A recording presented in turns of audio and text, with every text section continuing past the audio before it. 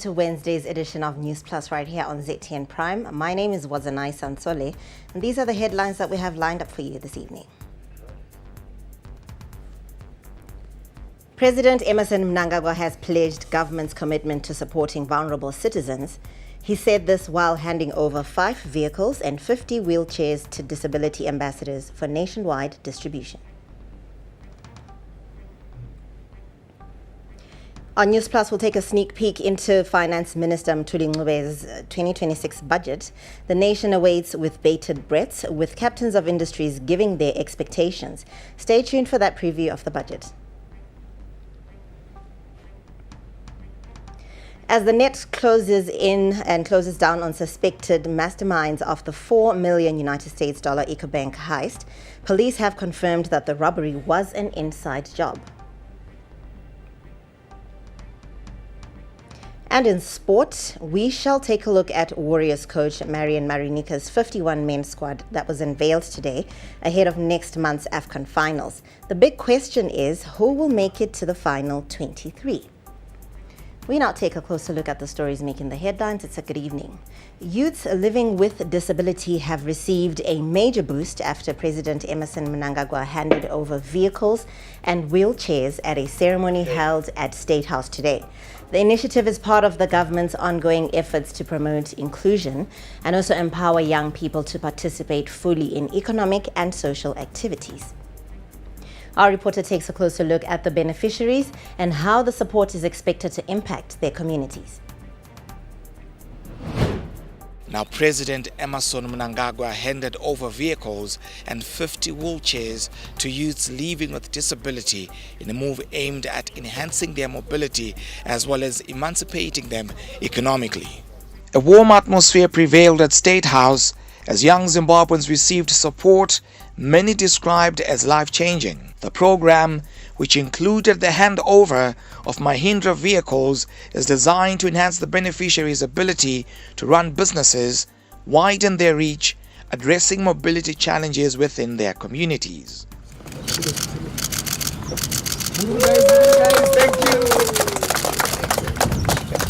Each recipient will also distribute 10 wheelchairs in their districts, extending the empowerment beyond the 5 leaders. President Mnangagwa said empowering persons with disabilities remains a cornerstone of the Second Republic's inclusive development agenda, adding that government will continue implementing policies that guarantee equal participation for all.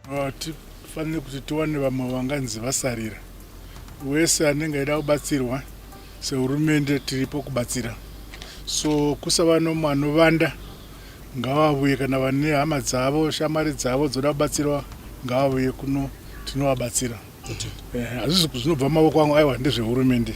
For the beneficiaries, the support comes as a timely boost, enabling them to scale up their work in arts, entrepreneurship and advocacy. I want to say to His Excellency Rambai Makadaro, our President, we need to keep on supporting our people who are differently abled. So and we're also going to encourage them kuti vaende vachinosapotawo vamwe vanoraramawo vasingakwanise kuti vachita zvavanoda vanonida mawheelchairs. Hazel Mandaza, a Zimbabwe Youth Council board member and former child president of the country, said the empowerment program will open doors for many other young people living with disability across the country. I sit in the board as a disability advocate as well.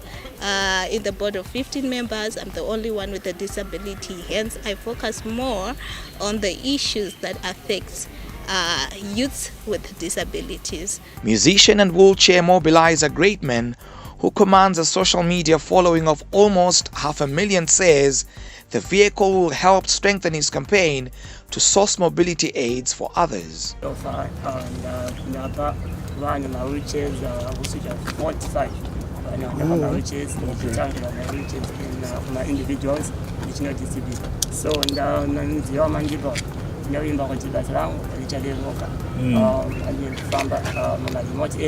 Fellow musician Chipo Muchegwa, known for inspiring many through her music, expressed gratitude for the continued recognition and support from the nation. tachitotadza kuenda kana kustudio nenyaya yekushaya chekufambisa, even kubatsira vamwe vana vane madisabilities tachitotadza kana kuvabatsira nenyaya yekuti tatisina chekufambisa.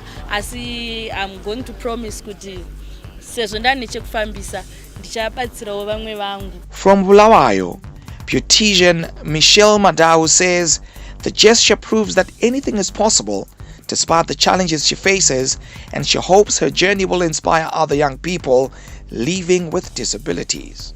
This will actually give me so much mobility, to drive around, speak to other women who are in business in Zimbabwe now. I can't just say Bulawayo. Among those who attended the handover ceremony is comedian Fritz, who brought laughter to the president and those who came to support.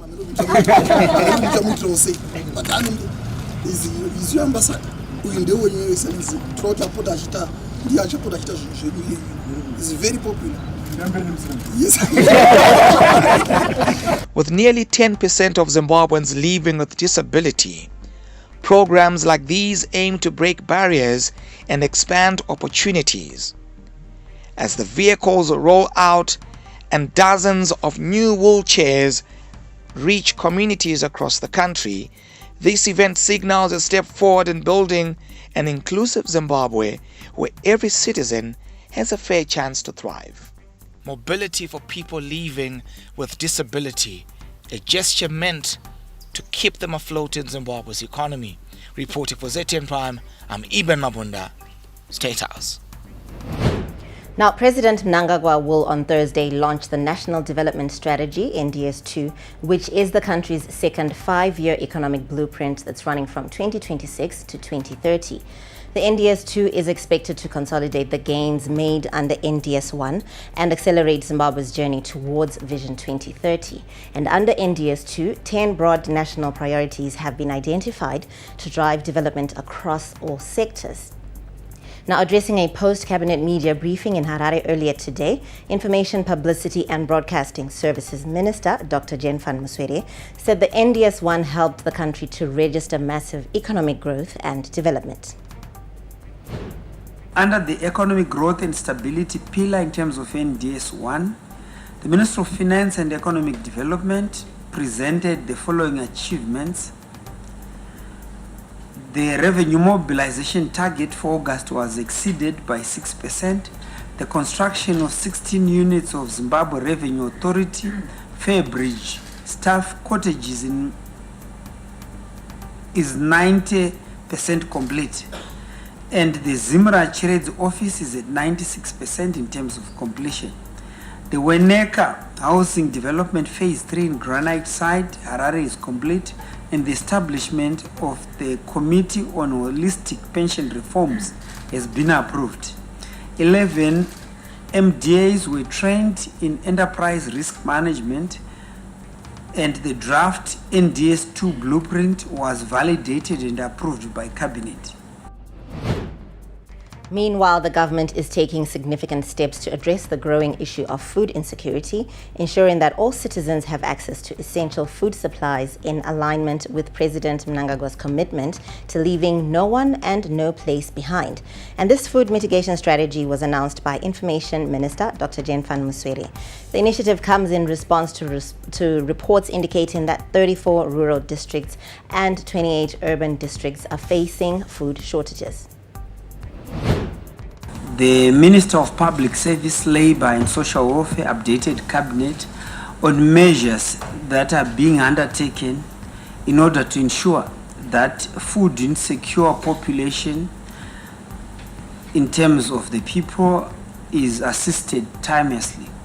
This is in light of the fact that the 2023-2024 season was characterized by the El Nino-induced drought, which caused grain shortages in some areas, whilst the 2024-2025 agricultural season was marked by improved rains. And in other news, President Emmerson Mnangagwa has described the late national hero, Archbishop Ernest Paul Mwazha, as one of Zimbabwe's most revered spiritual leaders.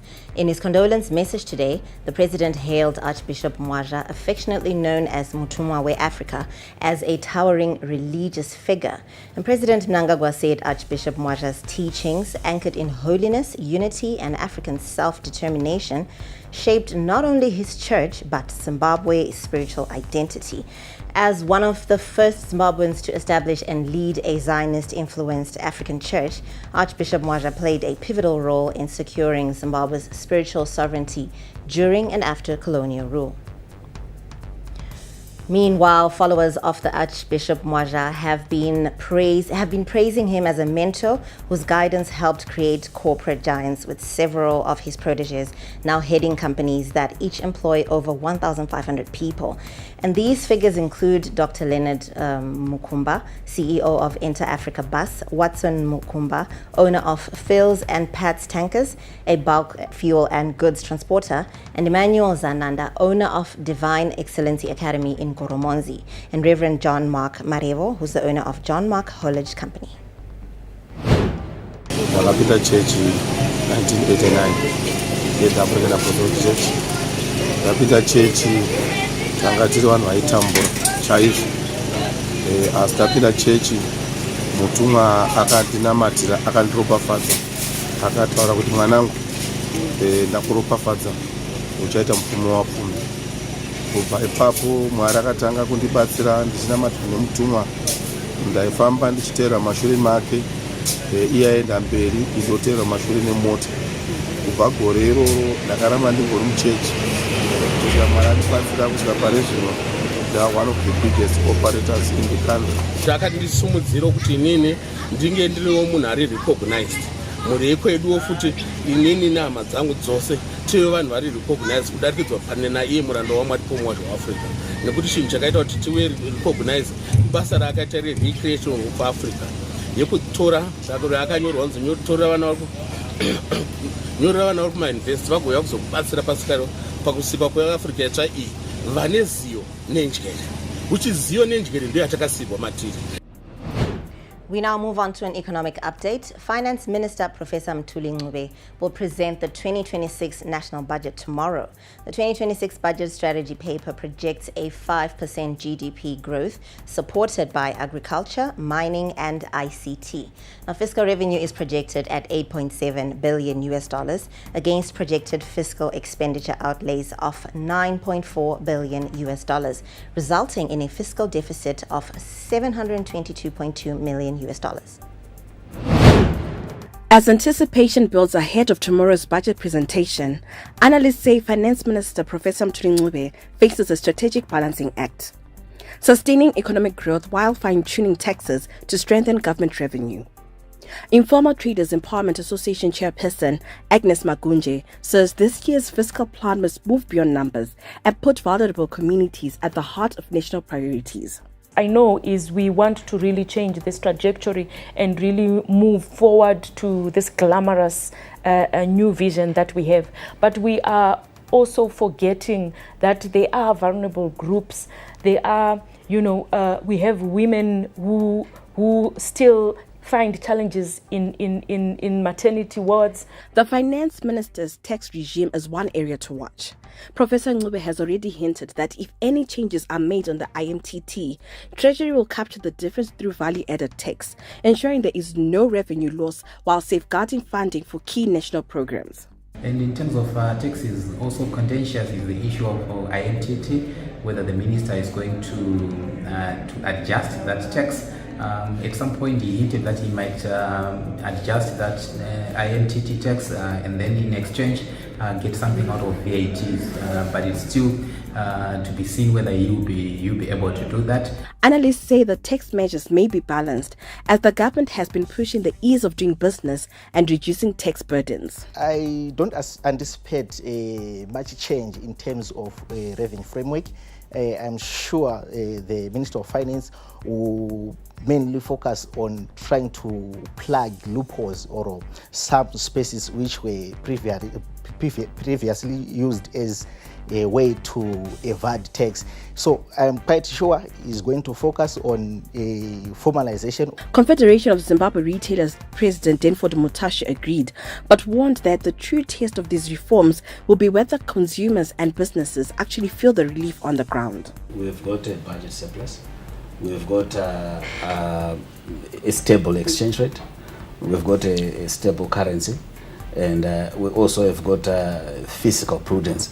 And of course, then coming to your question, to then buttress and support the anger, we then need to come in and do the ease and cost of doing reforms in order to improve our competitiveness. The fiscal policy thrust of the 2026 national budget will be aligned with the objectives of the NDS2, ensuring that public resources are directed towards programs and projects that accelerate economic transformation and promote inclusive growth.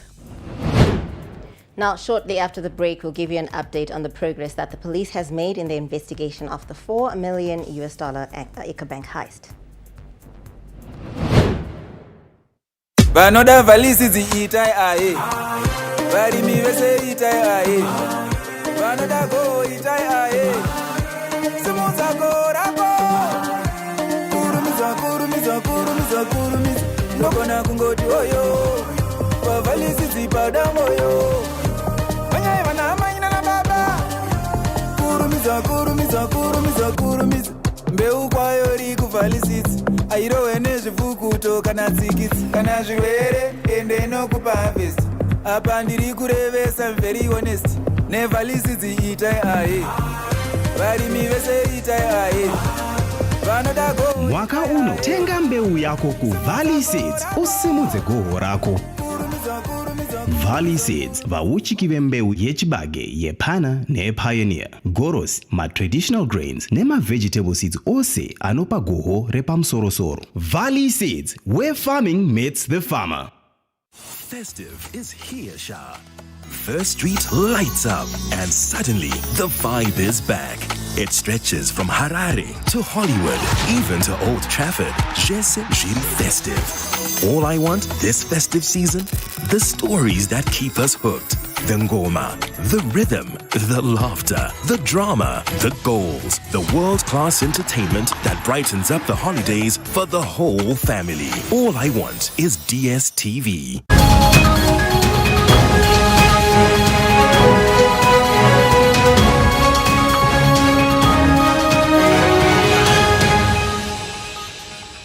Welcome back. Thank you very much for staying tuned to Newsplus this evening. We are coming to you live from Harare.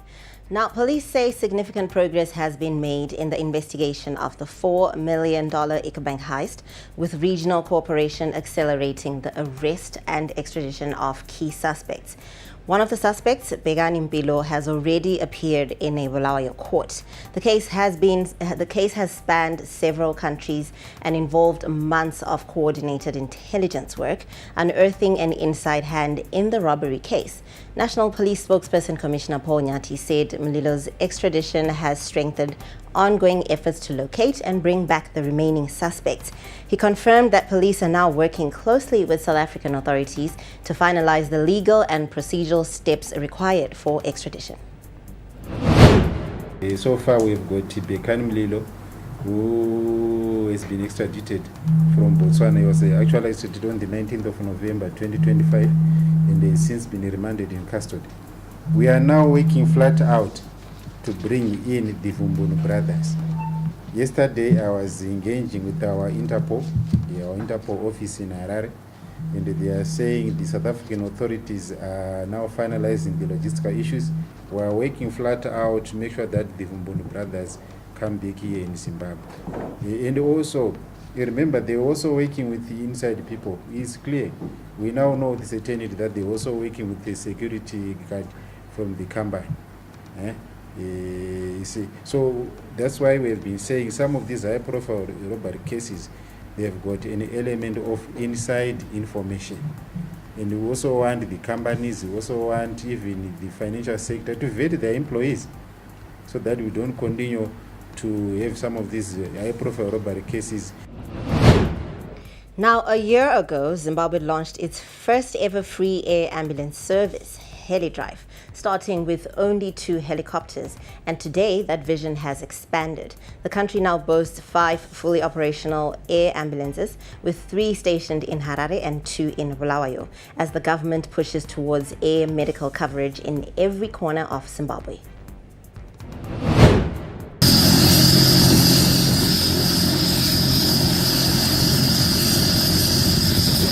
In a heartbeat, they take to the skies.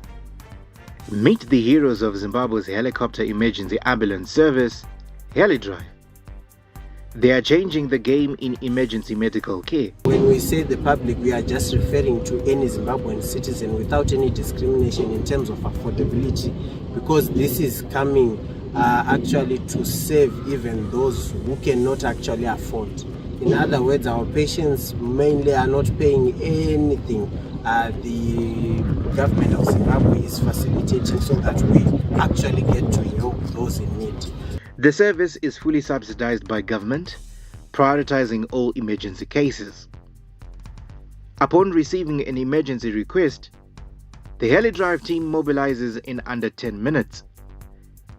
And they don't just fly to the patient. They bring critical medical care.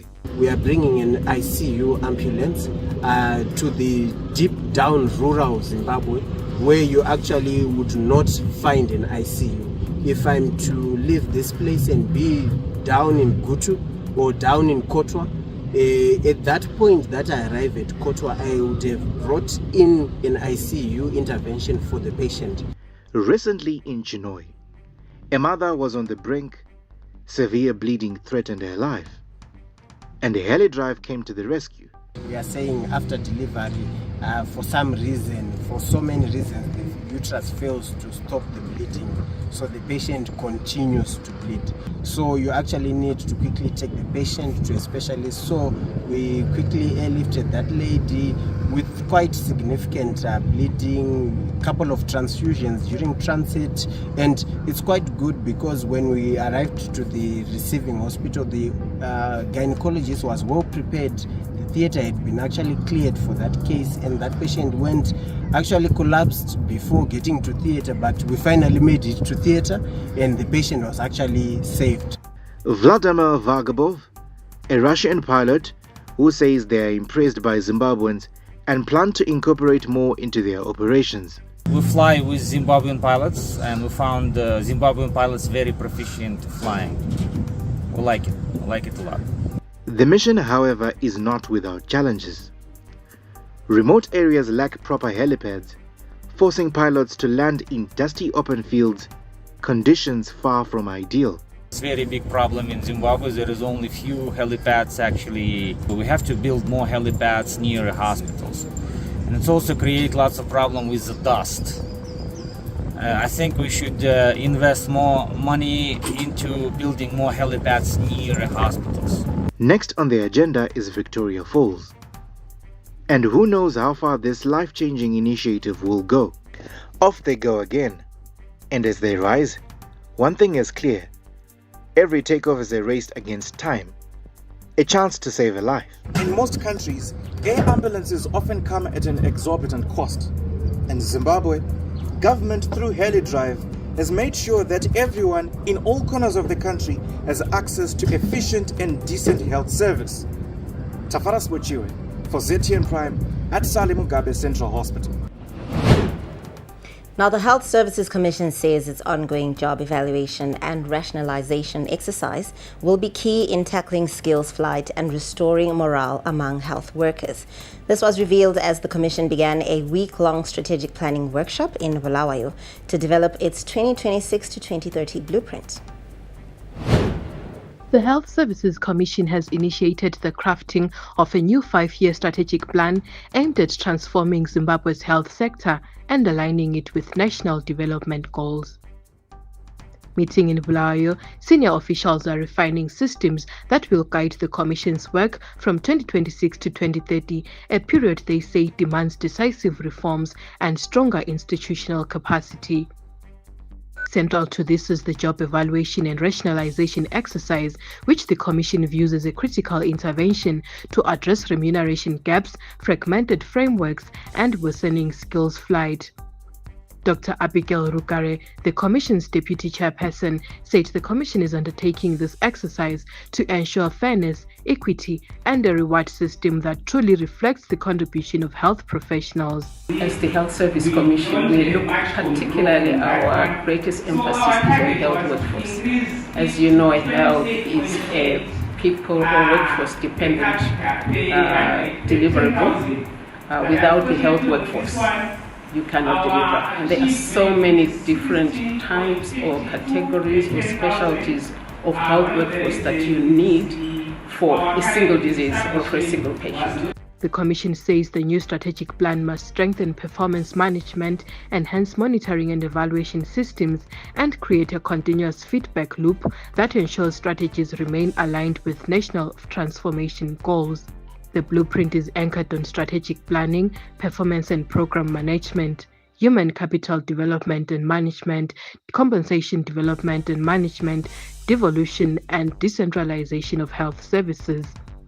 Officials say these pillars will be supported by enabling factors such as research, digitalization, e-governance expansion, stakeholder engagement, and the promotion of gender and social inclusion. The Health Service Commission has gone into areas that make sure that we reduce attrition rate in terms of building up our human capital to deliver health services, and also to make sure that our vacancy rates within our health service is reduced, as well as looking at areas to try and retain members of the health workforce, especially in areas that are hard to reach.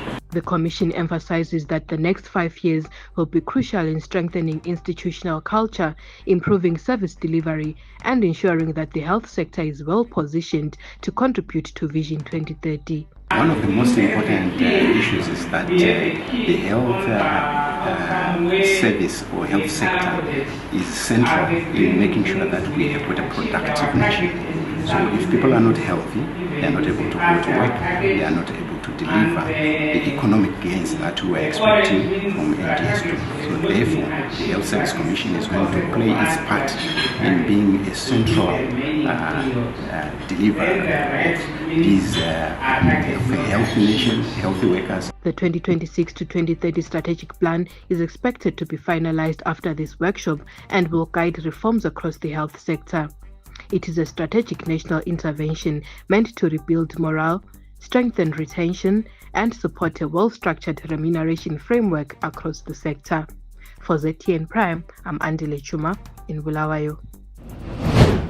Now moving on to another one of our local stories. Provincial Director in the Ministry of Lands, Agriculture, Water, Fisheries and Rural Development, Caleb Mahoya, has said government is promoting agroecological tailoring in the Masvingo province to encourage farmers to grow traditional grains. And this will enhance food security and position the region as a gastronomic tourism hub. Farmers should take advantage of that and grow traditional grains. That includes sorghum, millets, pale millet, finger millet, our African peas, groundnuts, babara nuts, and so forth. Those are the crops that do very well in these agroecological regions. And they must also take advantage of the processing plant, traditional grain processing plant that has been established in Chile district by Great Zimbabwe University, where they can actually market their produce for production of different products that we can actually get from traditional grains. There are a lot of products and a lot of health benefits that go with traditional grains. So we want to make Masvingo the hub of traditional grain production, processing, and utilization or consumption. You're watching Newsplus.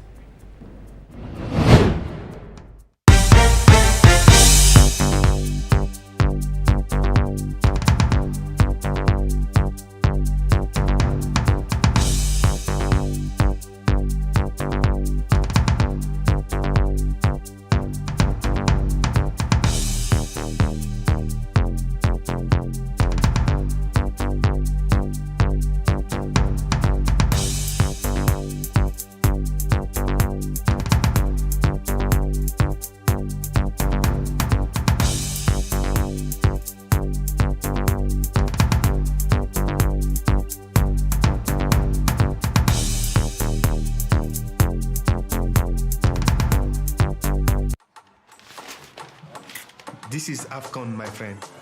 Everything is a competition. Everything. So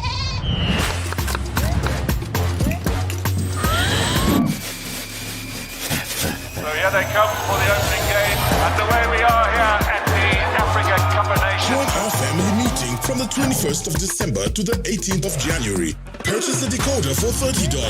AFCON 2025, live on SuperSport.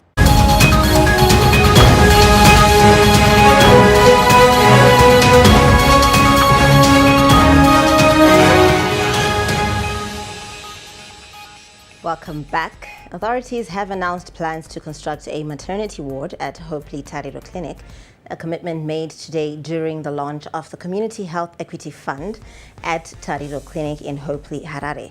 Now, the Community Health Equity Fund is expected to source and resolve funding for health services and improve the provision of medications.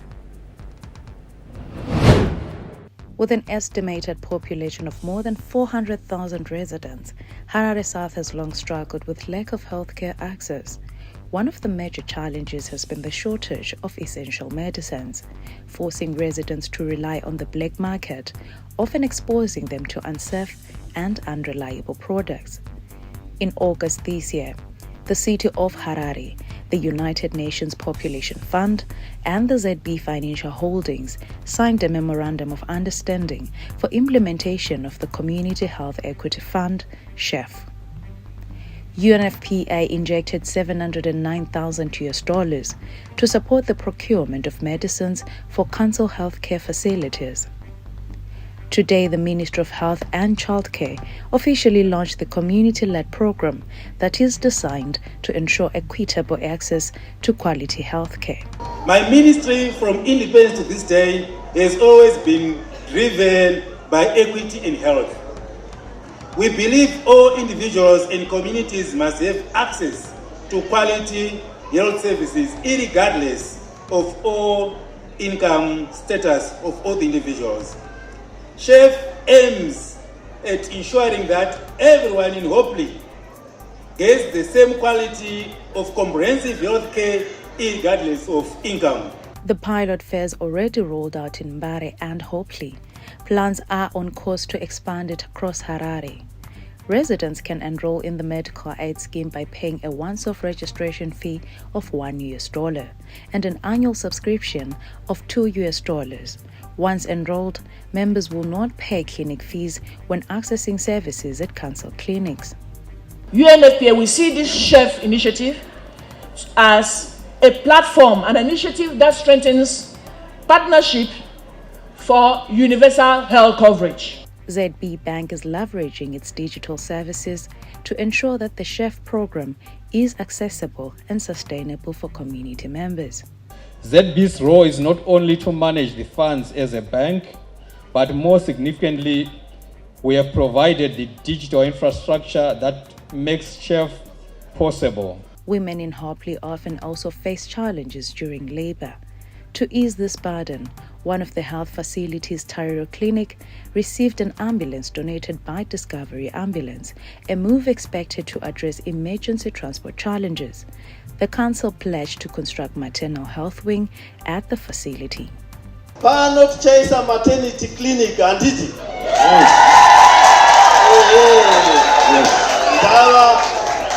Ndava ndikuona kuti panapa muri mushishi rekuzadza nyika. Ndaona kuti pane vana vakati vasiri kuwana chikafu chakadini chakakwana. Saka tichaona kuti toita sei tiwedzere chikafu chiri kuuya kupi kuno. Yes. Local residents have welcomed the developments, which they believe will offer much-needed relief and strengthen the community's health system. Chirongwa chakanaka kwatiri, tinoona kukosherwa nechirongwa ichi.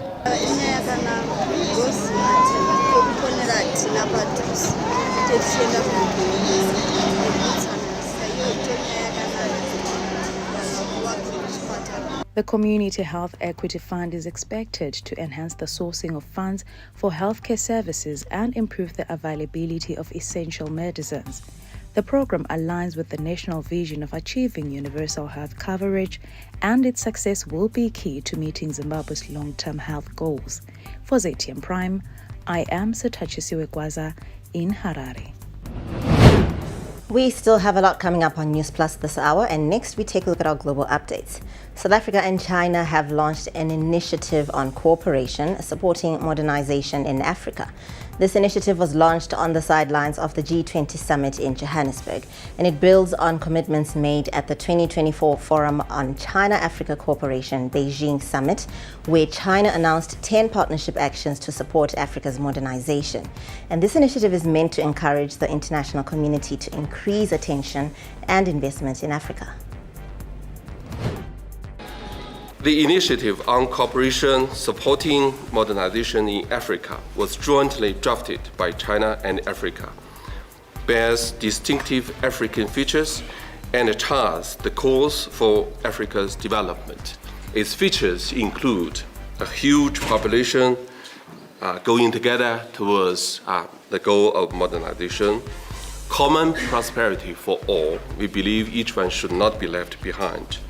Material and cultural ethnic progress, harmony between humanity and nature, and very importantly, peaceful development. China has proven through its own practice that modernization is by no means a single choice question, nor is it a privilege reserved for a small handful of countries.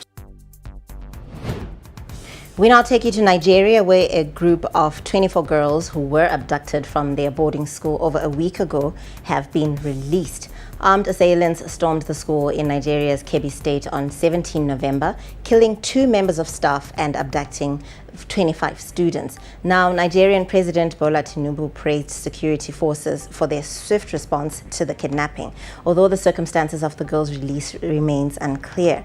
And according to the school authorities, Africa's most populous nation also suffered a spate of abductions last week, with more than 250 children abducted from a Catholic school last Friday still missing. And parents have said the assault has devastated their community that already struggles with insecurity.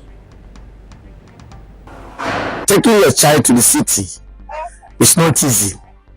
Here that we have is where we think that at least, in fact, it will be the end of the education of some children. But for now, before the school will become something again. Most of the parents, they're not likely to take their children again back to that school. And that is the school, the standard school so far we have, in these ASICs. Now, Khartoum, the capital of Sudan, is struggling to rebuild its educational system as the country faces one of the world's most serious educational crises due to a prolonged civil war in the country. And 4 United Nations agencies, namely the International Organization for Migration, IOM, the UN Refugee Agency, UNHCR, the United Nations Children's Fund, UNICEF, and the World Food Programme, WFP, said over 900 days of armed conflicts in Sudan have destroyed essential services like healthcare and education, pushing millions to the brink of survival and forcing 14 out of 17 million children out of school.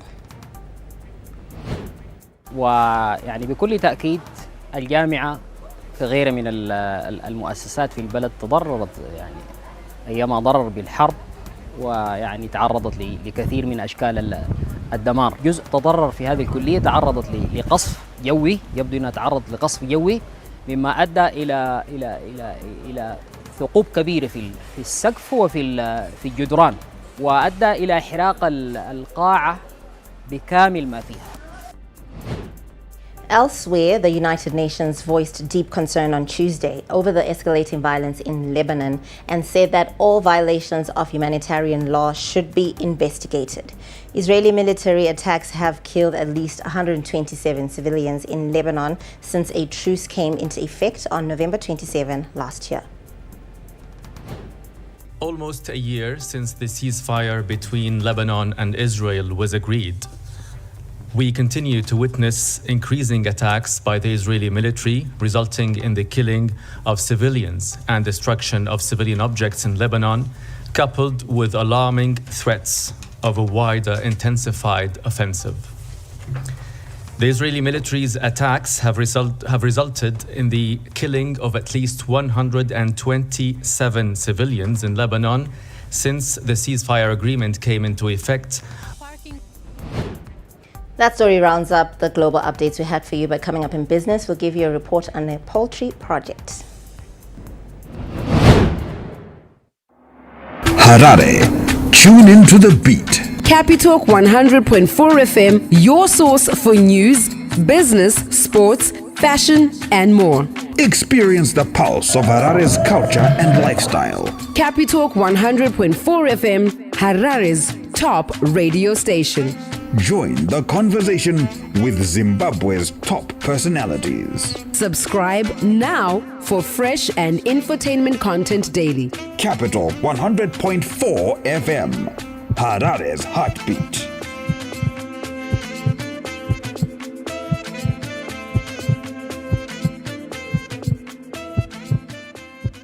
Catch exclusive interviews every weekday for candid, exciting, and thought-provoking conversations with your host, Erika Ndoro. We talk about arts, we can talk about sports, we can even talk about politics, and sometimes we venture into a nice guitaristic play.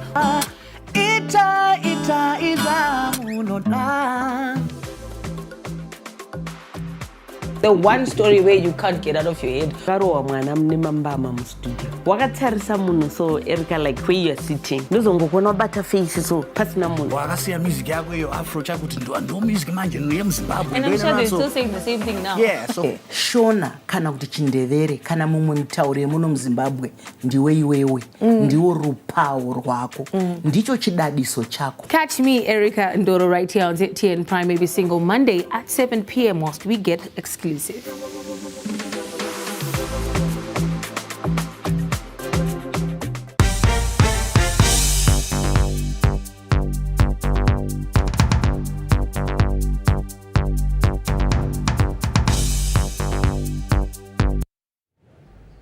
Coming to you live from Harare, we now give you your business updates. A poultry project in Murombedzi is quietly reshaping life in Shimba district thanks to a fresh wave of support from the government of China. What began as a stalled idea is now a thriving village enterprise, giving families income, nutrition, and dignity. In Murombedzi, hope now hatches in warm incubators. A once silent project at the local vocational center is alive again, powered by 2 new hatcheries, 2 incubators, thanks to a renewed partnership between Zimbabwe and China. The equipment is more than machinery. For over 50 farmers and young people, it's a doorway out of poverty and unemployment. But when the experts came back, we had to rope in other farmers who were willing to operate as a business. Because farmers, we are still trying to move them from farming as subsistence, but introducing them to farming as a business. With 21 solar panels and 8 batteries, the hatcheries run day and night without fear of power cuts. And the ripple effect spread far beyond the center. We also installed solar panels with 21 panels and 8 batteries. And we solve the problem of the water and electricity supplying. For Chennai, poultry is no longer a side hustle, it's a way of rebuilding a family. Kuuya kwechirongwa ichi kurikutibatsira zvikuru nokuti iko zvinezvi hatisisina urombo pakati pedu. Vanhu vakuwanawo rubatsiro, pane vari kuuya kuzochechenyesa mazaya avo vachiita huku dzavo kureva kuti nyaya dzemuriwo nokubirana kana huku mumaraini zvazvishoma. And she is not the only one. Tangoti kaona mazai toya nawo kuno kuhechari achamira tachotomwevhoza kuhechari munobusa mazai akawanda tangoti tikagandira tisa mumakirezi tobva tauya nawo kuno achirongwa chakanaka chaizvo. Income, nutrition, skills, independence. Values China Aid say lie at the heart of its rural development partners. They have been using the platform to impart different forms of poultry rearing, including artificial insemination. Artificial insemination to the farmers, because the artificial insemination, if we do that, we need a poultry farm with the cage with a key to keep it in the kit. But in Murombedzi, a small bird carrying the big dreams of a community determined to rise, and the project will also be replicated at Shamba Agricultural College and surrounding villages. Africa Finance Corporation, AFC, has secured a $75 million term loan facility from the Arab Bank for Economic Development in Africa. The proceeds will support AFC's mandate to develop and finance critical power, transport and logistics, heavy industries, telecommunications, and digital infrastructure, as well as mining and natural resources. Now, the collaboration builds on shareholder investment in 2020 and the cooperation framework signed that year to jointly develop and finance infrastructure across priority sectors. Still on business, Eurasia Limited, the longtime distributor of Peugeot vehicles in Kenya, has expanded into a 3-brand dealership with the addition of Jeep and Citroen, marking one of the most significant portfolio shifts in the country's automotive retail market this year. Now, the initial showroom lineup includes the Jeep Grand Cherokee, Wrangler and Gladiator, Citroen's C3, C3 Aircross and C5 Aircross, and Peugeot's existing range. Now, Eurasia is also adding financing partnerships with banks and leasing options for corporate clients, part of a broader strategy to lift unit sales and increase customer retention. Coming up is entertainment on Newsplus. In a world where music transcends boundaries, where rhythm and melody unite the hearts of people, comes a show that celebrates the power of music like never before. Get ready to dive into a sonic journey that will leave you mesmerized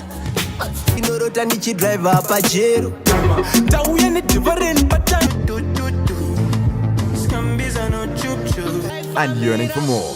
Welcome to the captivating world of Z Vibes. Vibe to it, baby.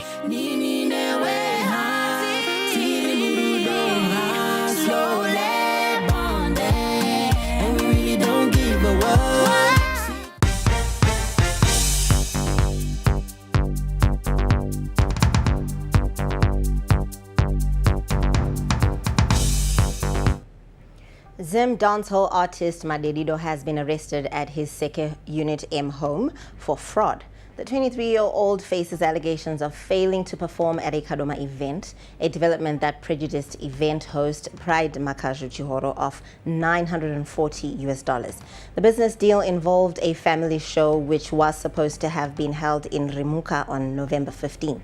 Madedido did not show up despite having committed himself to the event.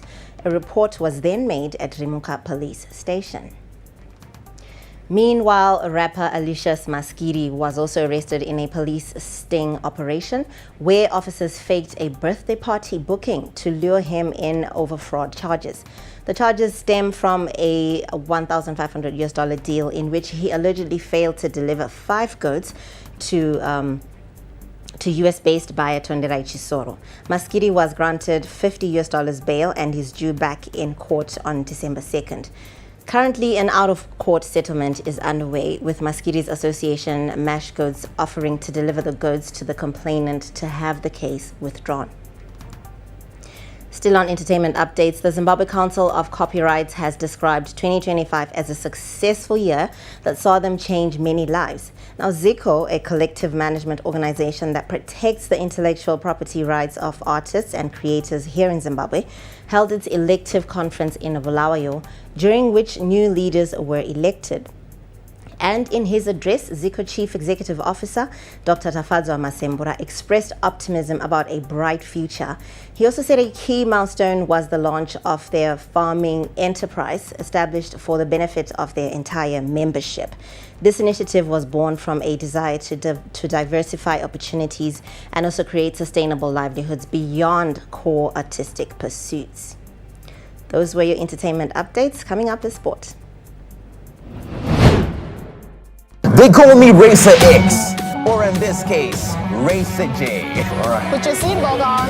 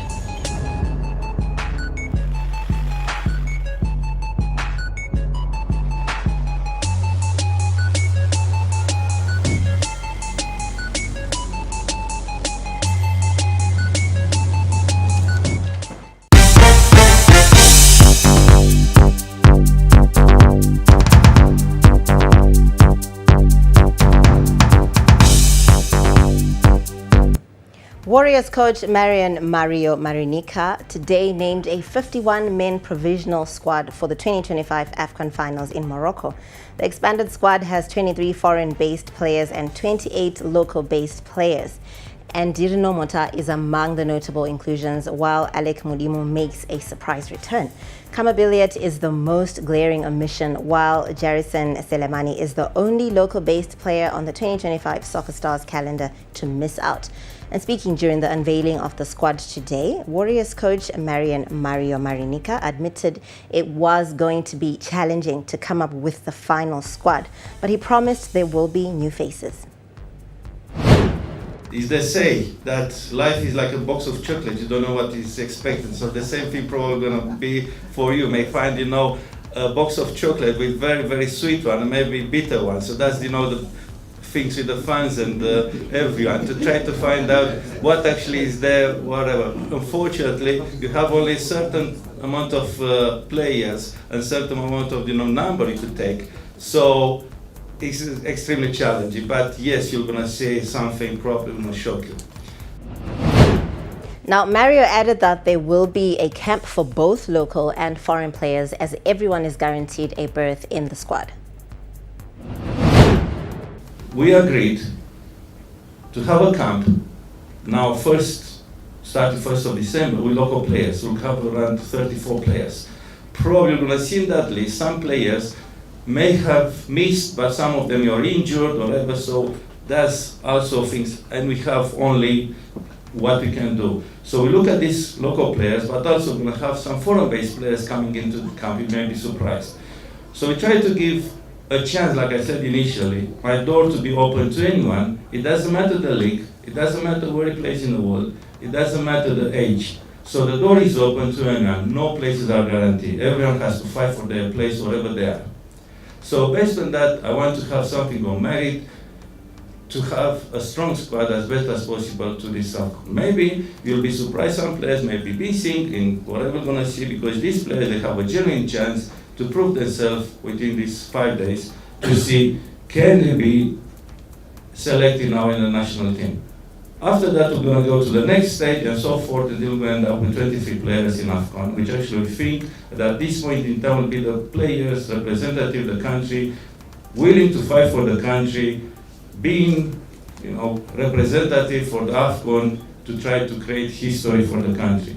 So I'm not looking like any given place to anyone, so everyone we start from a clean sheet.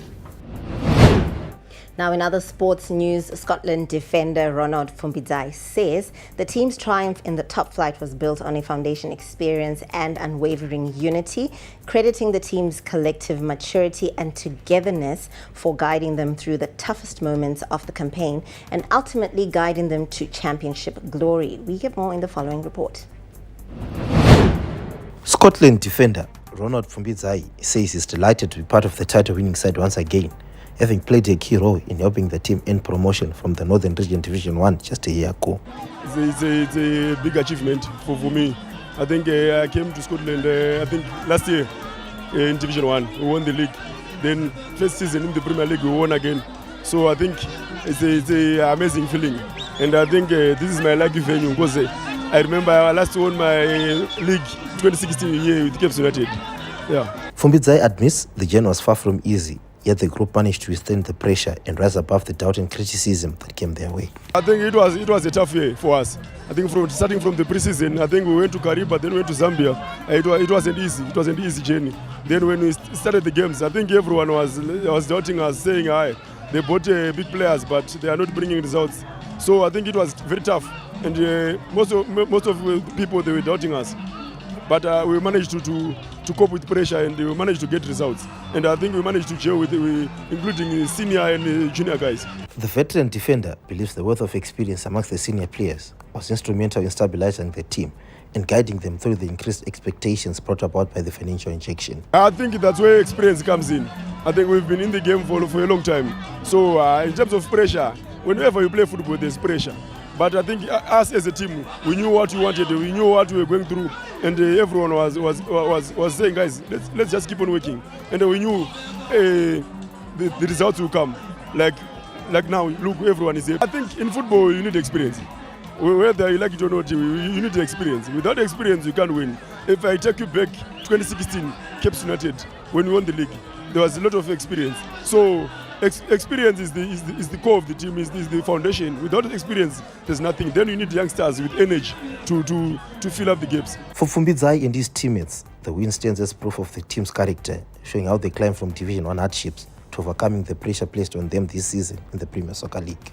With Chakuchichi to make it 2. Reporting for ZTN Prime, I am Tawanda Muntali. And that's a wrap on Newsplus this Wednesday evening. Thank you very much for joining us. Do join us again tomorrow, same time right here on ZTN Prime. My name is Mwazha. Good night.